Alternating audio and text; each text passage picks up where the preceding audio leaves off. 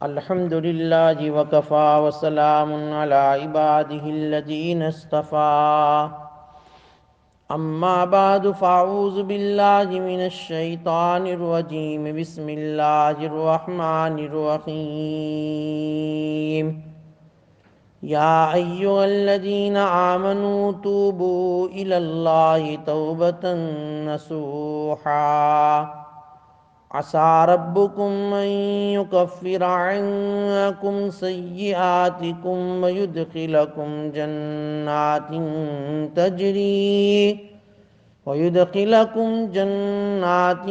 تجري من تحتها الأنهار يوم لا يخزي الله النبي والذين آمنوا معه نورهم يسعى بين أيديهم وبأيمانهم يقولون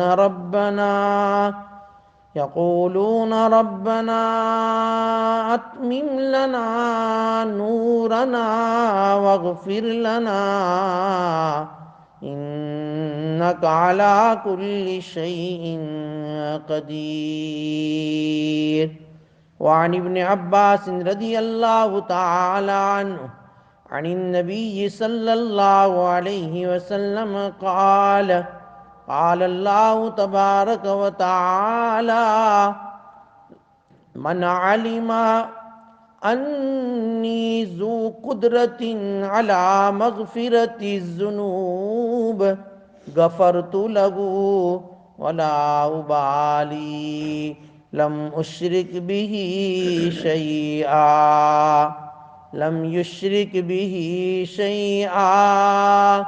رواہ المشکات او کما قال النبی صلی اللہ علیہ وسلم صدق اللہ مولانا العظیم وصدق رسوله النبی الأمی الکریم ونحن على ذلك من الشاہدین والشاکرین والحمد للہ رب العالمین.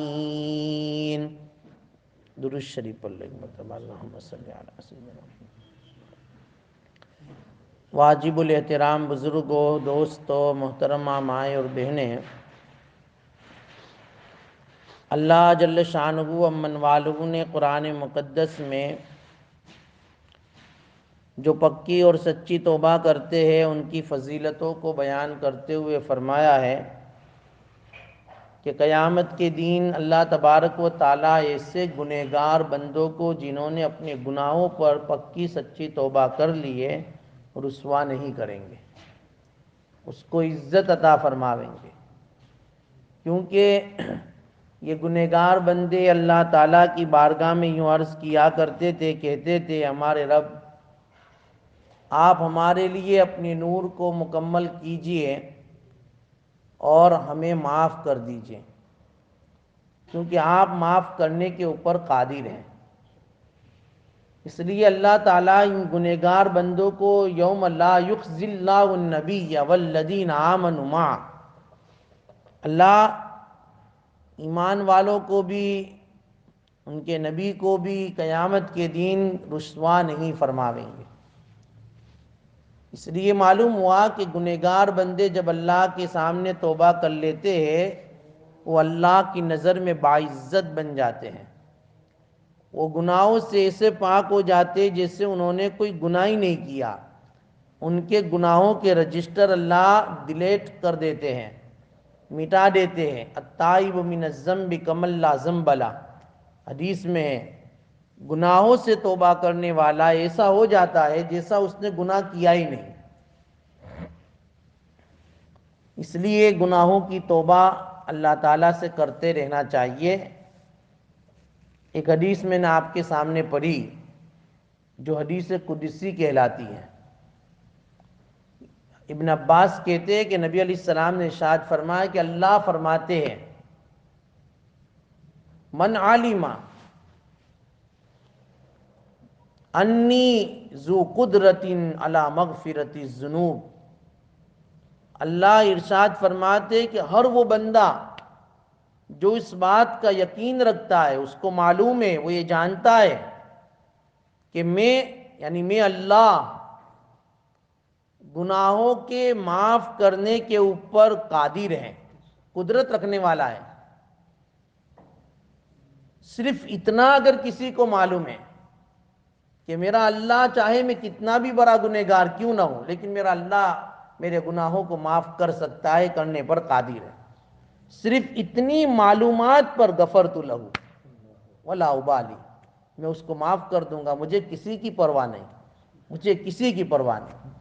لیکن ما لم یشرک بہ شیئا، کنڈیشن یہ ہے کہ اس نے میرے ساتھ کسی کو اپنی عبادت میں، اپنی ذات میں شریک نہ کیا ہو، تو اگر وہ شرک سے بری ہو کر میری بارگاہ میں آئے گا، اس کے بڑے بڑے گناہ میں معاف کر دوں گا۔ ہاں، جب اللہ کی صفت فضل کا ظہور ہوتا ہے، غلبہ ہوتا ہے نا، تو بڑے بڑے گناہ بھی اس کی بارگاہ میں بے حیثیت ہو جاتے ہیں، صفت فضل کا غلبہ ہو جاوے تو۔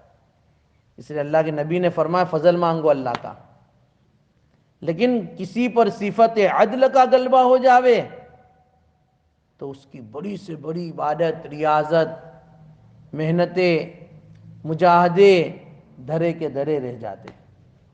ہاں، اس لیے اللہ کی صفت فضل کو دیکھتے ہوئے تو آدمی کبھی اللہ سے مایوس نہ ہو، توبہ کرتا رہے، اللہ معاف کر دیں گے۔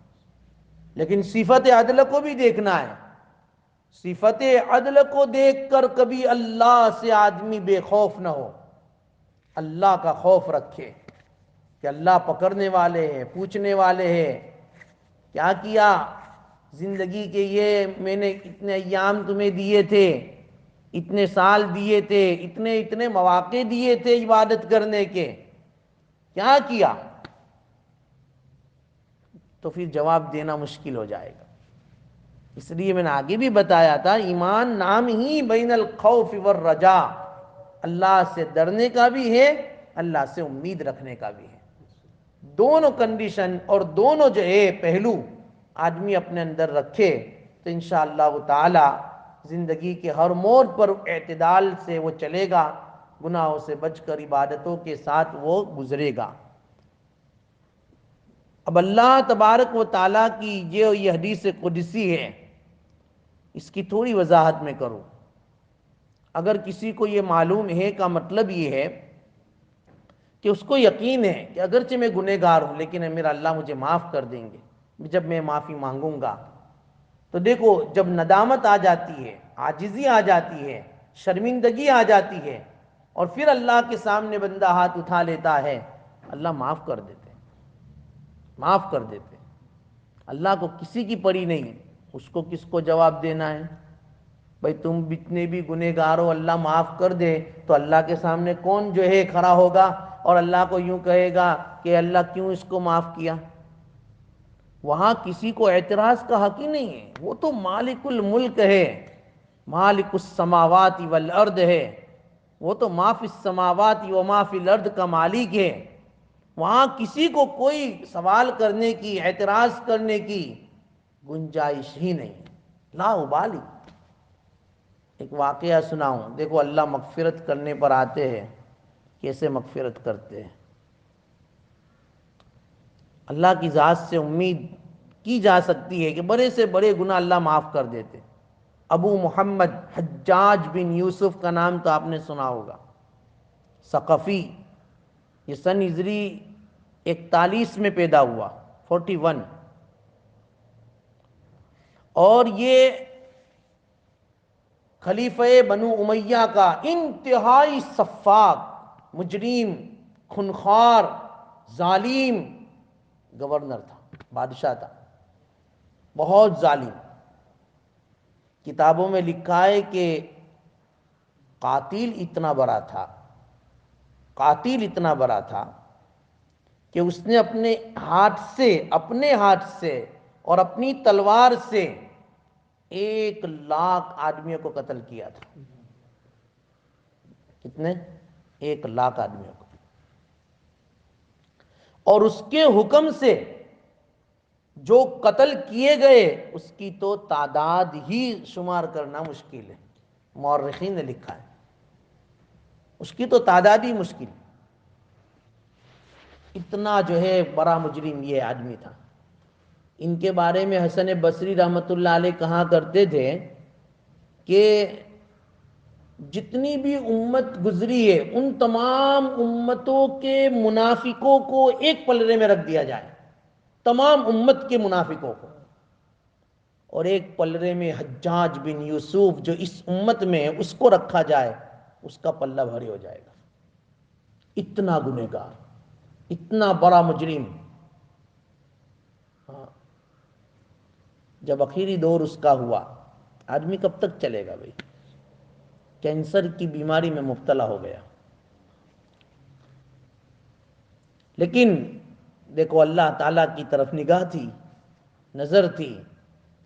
جب اس کو یہ احساس ہوا کہ اب زندگی کو جو ہے سلام کرنا ہے، اب دنیا میں بہت زیادہ وقت نہیں گزرے گا، رجوع کر لیا اللہ کی طرف،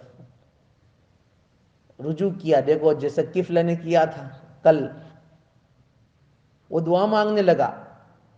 دعا کیا مانگی؟ ایسی زبردست دعا مانگی ہے حجاج نے جو عین اس حدیث کے مطابق جو میں نے پڑھی۔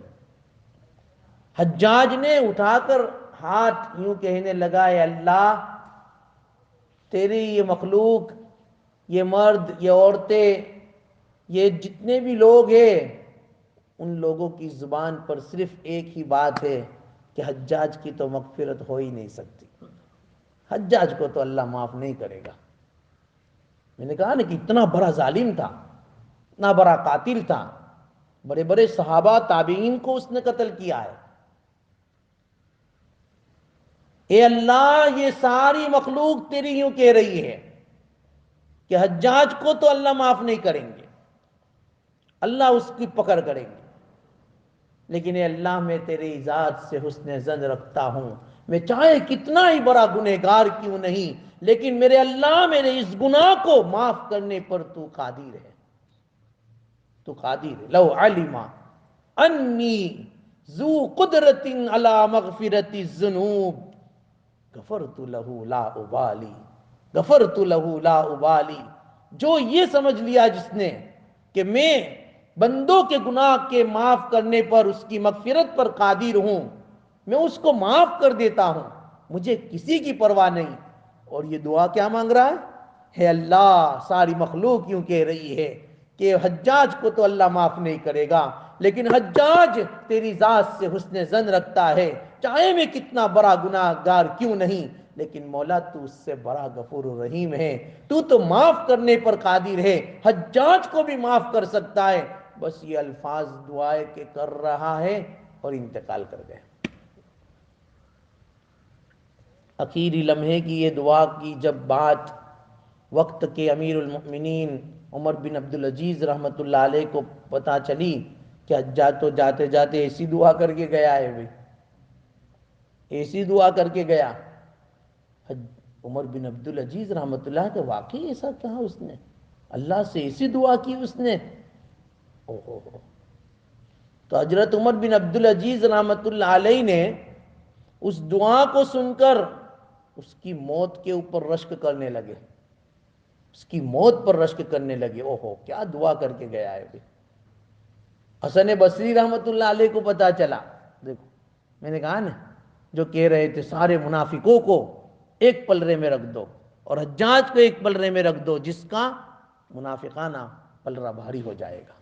حسن بصری رحمۃ اللہ علیہ کو کسی نے کہا کہ یہ تو ایسی دعا کر کے گیا دنیا سے، اخیر وقت میں اللہ سے انما الاعمال بالخواتیم، میں نے کل بتایا تھا، خاتمے کا اعتبار ہے بھائی، ہاں خاتمے کا اعتبار ہے۔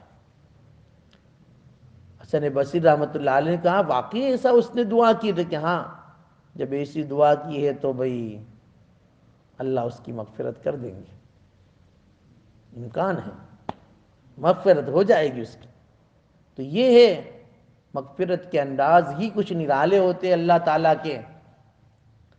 جب میری گناہوں کی طرف نظر جاتی ہے جھک جاتا ہے سر، شاعر کہتا ہے جب میرے گناہوں کی طرف نظر جاتی ہے جھک جاتا ہے سر، تیری رحمت کا خیال آتے ہی اٹھ جاتا ہے سر، تیری رحمت کا خیال آتے ہی اٹھ جاتا ہے سر، اس لیے اللہ بڑے رحیم ہیں، بڑے کریم ہیں، بڑے معاف کرنے والے ہیں۔ اللہ کے خزانے میں کسی چیز کی کمی نہیں ہے۔ ہاں، اللہ کے خزانے میں دو چیز کی کمی ہے۔ وہ دو چیز کی کمی کیا ہے، وہ انشاءاللہ آئندہ کل بیان کریں گے۔ یہ مسئلے بتا دیا آج تھوڑے۔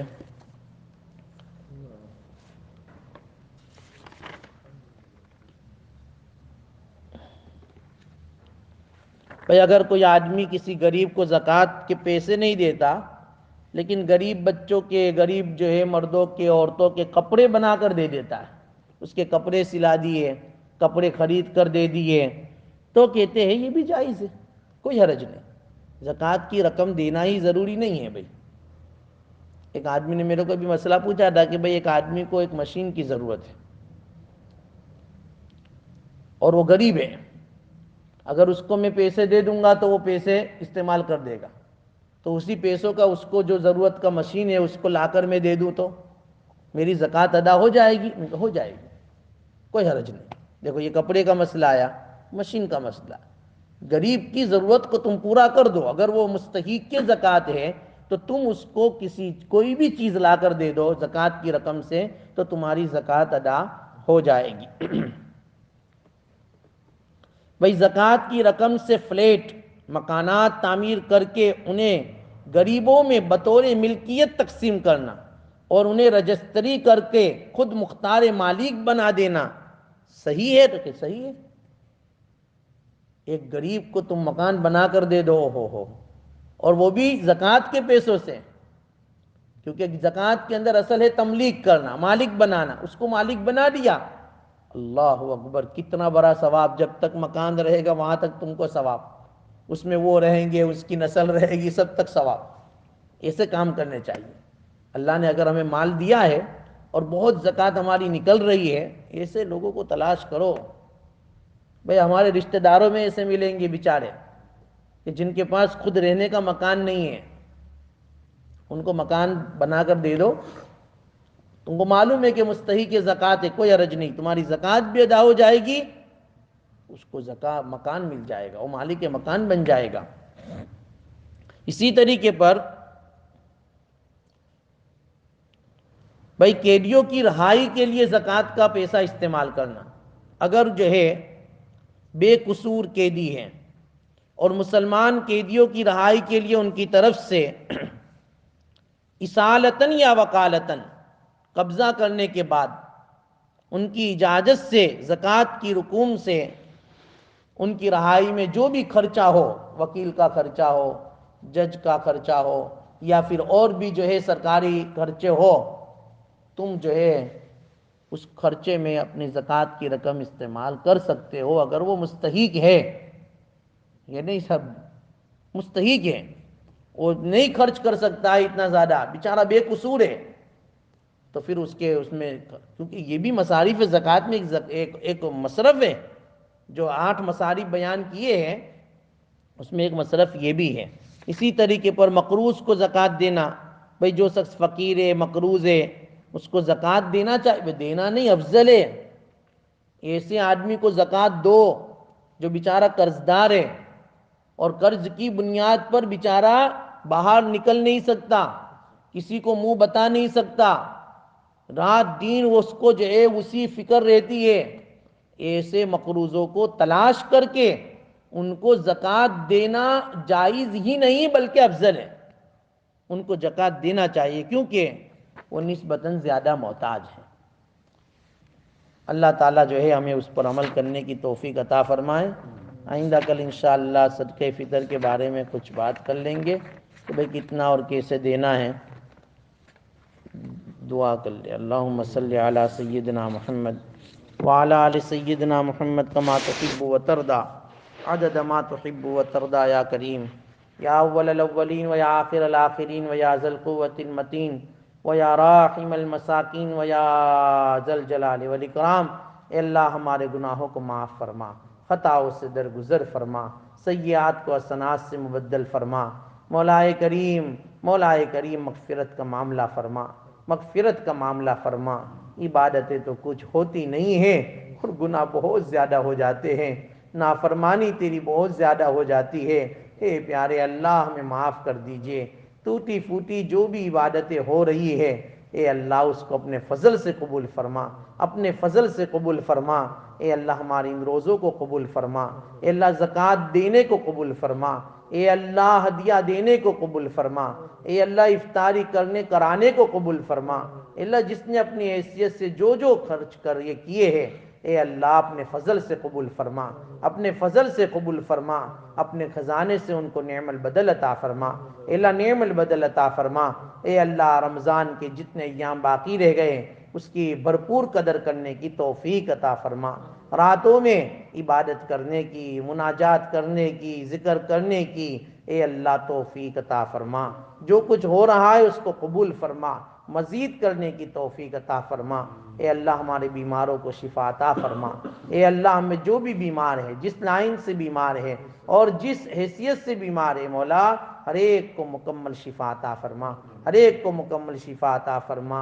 اے اللہ ہمارے بروڈا تاندلجہ کے شیخ الحدیث حضرت مولانا سلیم صاحب پاناگر اے اللہ وہ بھی اور ان کی اہلیہ بھی اے اللہ سخت بیمار ہے، اے اللہ ان کو بھی مکمل شفا عطا فرما۔